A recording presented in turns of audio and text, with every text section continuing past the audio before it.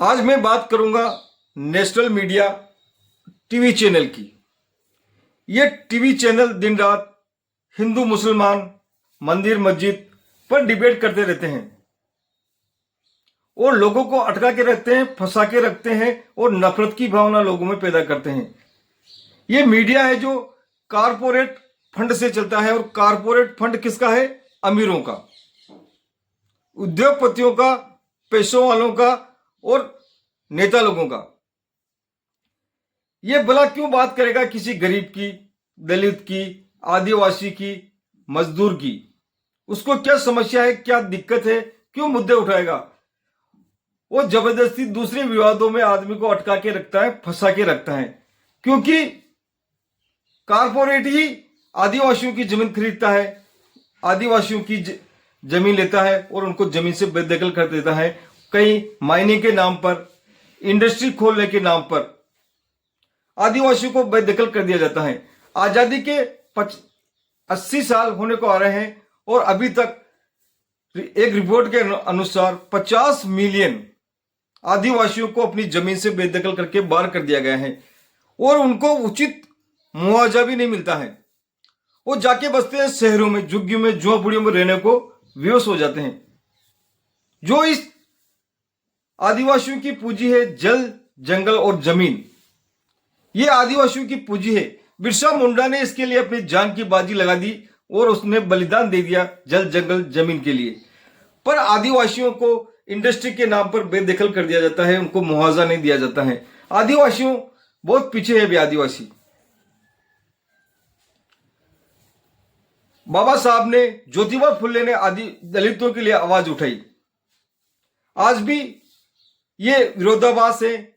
दलित समाज के आदमी IPS, IAS, doctor, engineer, professor बन गए हैं, फिर भी कोई ज्यादा गांवों में देखेंगे तो आपको कोई सुधार नहीं होगा, कोई सुधार नहीं।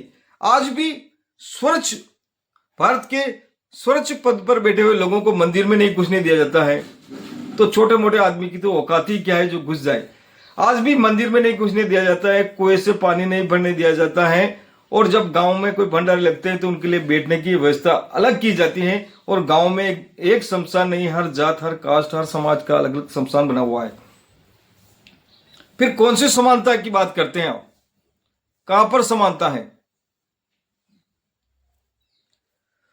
लोग सिर्फ दूसरे मुद्दों पर भटके हुए हैं। आजादी के इतने, जब संविधान गारंटी देता है सबको समानता का, जब चुनाव आएगा तो पार्टी के लोग झुंझुना बुझाएंगे, आदिवासी दिवस, गौरव दिवस, दलित बेटी दिवस। आज भी कई दलितों का दिन शोषण होता है, अपमान होता है, पर कोई सुनने को तैयार नहीं। कई दलितों की बेटियों का बलात्कार होता है। उन्नाव और जैसी कुछ घटनाएं हैं जो सामने कैमरे पे आ जाती है, कैमरे पे आ जाती है तो दिख जाती है, बाकी ऐसी कई चीजें जो कैमरे पर नहीं आती हैं और वो दबके रह जाती है। और गरीब आदमी गांव में किसी बड़े आदमी के सामने बोलता नहीं, क्योंकि दिन रात उससे काम पड़ता रहता है।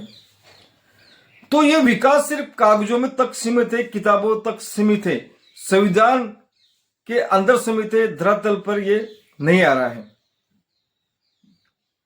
ये विरोधाभास है। आदिवासी, दलित और मजदूर वर्ग जो कारखाना, फैक्ट्री, इंडस्ट्री में काम करता है, उनकी आवाज नेशनल मीडिया टीवी चैनल अपने प्राइम टाइम, आज की बात रजत शर्मा की, पूछता है भारत, अर्णव गोस्वामी का चैनल, और कोई चैनल इन बातों को नहीं उठाता है।